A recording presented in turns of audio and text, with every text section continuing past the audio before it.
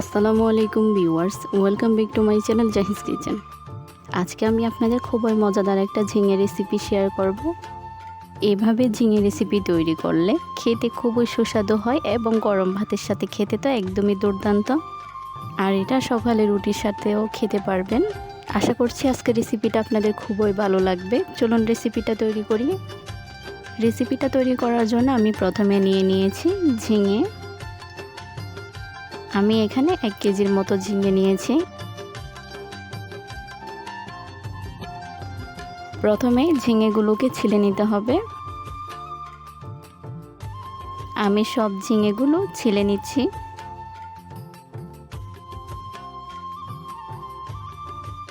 দেখতে পাচ্ছেন আমি সবগুলো ঝিঙে ছিলে নিয়েছি। ঝিঙের মধ্যে এভাবে অল্প চামড়া থাকলে অসুবিধা নেই। এই পর্যায়ে আমি ঝিঙেগুলোকে খুব ভালো করে ধুয়ে পরিষ্কার করে কেটে নিয়েছি। দেখতে পাচ্ছেন আমি ঝিঙেগুলো কিভাবে কেটেছি। আমি ঝিঙেগুলো একটু লম্বাটে সাইজ করে কোন শেপে কেটে নিয়েছি। এই পর্যায়ে আমি এখানে নিয়েছি চিংড়ি মাছ, কারণ আমি ঝিঙেগুলো চিংড়ি মাছ দিয়ে রান্না করব। কাঁচা চিংড়ি মাছ দিয়ে ঝিঙে রান্না করলে খেতে খুবই সুস্বাদু লাগে। আপনারাও বাসায় এই রেসিপিটা ট্রাই করলে অবশ্যই বুঝতে পারবেন। এই পর্যায়ে আমি চুলায় একটা কড়াই বসিয়ে দিয়েছি। কড়াইতে দিয়ে দিয়েছি তেল। তেলটা একটু গরম হতে আমি তাতে অ্যাড করে দিচ্ছি পেঁয়াজ রসুন কুচি। এখানে আমি পেঁয়াজটা একটু বেশি দিয়েছি, রসুন দিয়েছি কম। পেঁয়াজ রসুনগুলো ভালো করে নেড়ে চেড়ে দিচ্ছি।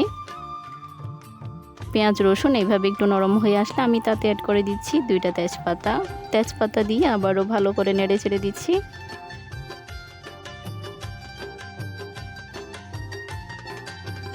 এই পর্যায়ে আমি এখানে অ্যাড করে দিচ্ছি কাঁচামরিচ কুচি। কাঁচামরিচ দিয়ে আবারও ভালো করে নেড়ে চেড়ে দিচ্ছি। এই পর্যায়ে আমি এখানে শুকনো মশলাগুলো অ্যাড করব। শুকনো মশলার মধ্যে প্রথমেই দিয়ে দিচ্ছি স্বাদমতো লবণ, দিয়ে দিচ্ছি আধা চা চামচ হলুদের গুঁড়া, 1 চামচ দিয়ে দিচ্ছি লাল মরিচের গুঁড়া। আমি ঝিঙেতে ঝাল বেশি দিব না, ঝিঙেতে ঝাল বেশি হলে ভালো লাগে না, অল্প ঝালে ঝিঙে মজা হয়। তার সাথে অ্যাড করছি আমি আধা চামচের মতো গরম মশলার গুঁড়া আর দিয়ে দিচ্ছি অল্প জিরা গুঁড়া। মশলাগুলো দিয়ে আবারও ভালো করে নেড়ে চেড়ে দিচ্ছি। অল্প পানি দিয়ে আবারও নেড়ে চেড়ে দিচ্ছি যাতে মশলাটা খুব ভালো করে কষিয়ে যায়। মশলাটা কষিয়ে আসলে আমি দিয়ে দিচ্ছি এখানে চিংড়ি মাছগুলো। আমি এখানে ছোট সাইজে চিংড়ি মাছগুলো নিয়েছি। চিংড়ি মাছ দিয়ে আবারও ভালো করে নেড়ে চেড়ে দিচ্ছি।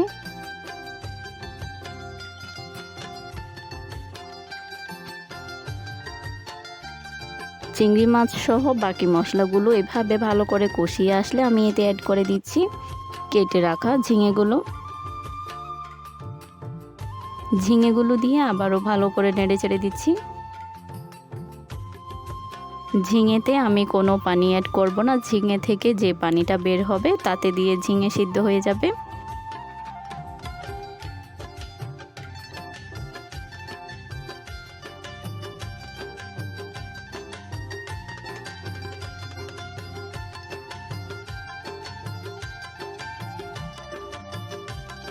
দুই থেকে 3 মিনিট পর ঢাকনাটা উঠিয়ে নিয়েছি। দেখতে পাচ্ছেন ঝিঙের থেকে কতটা পানি বেরিয়ে এসেছে।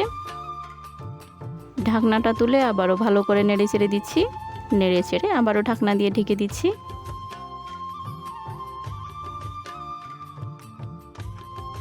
3 থেকে 4 মিনিট পর ঢাকনাটা উঠিয়ে নিয়েছি। ঝিঙে রান্না করতে বেশি সময় লাগে না, ঝিঙে তাড়াতাড়ি নরম হয়ে যায়।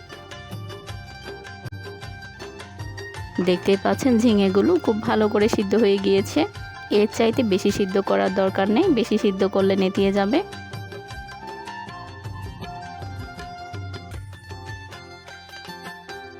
এই পর্যায়ে আমি এখানে অ্যাড করে দিচ্ছি ধনেপাতা কুচি।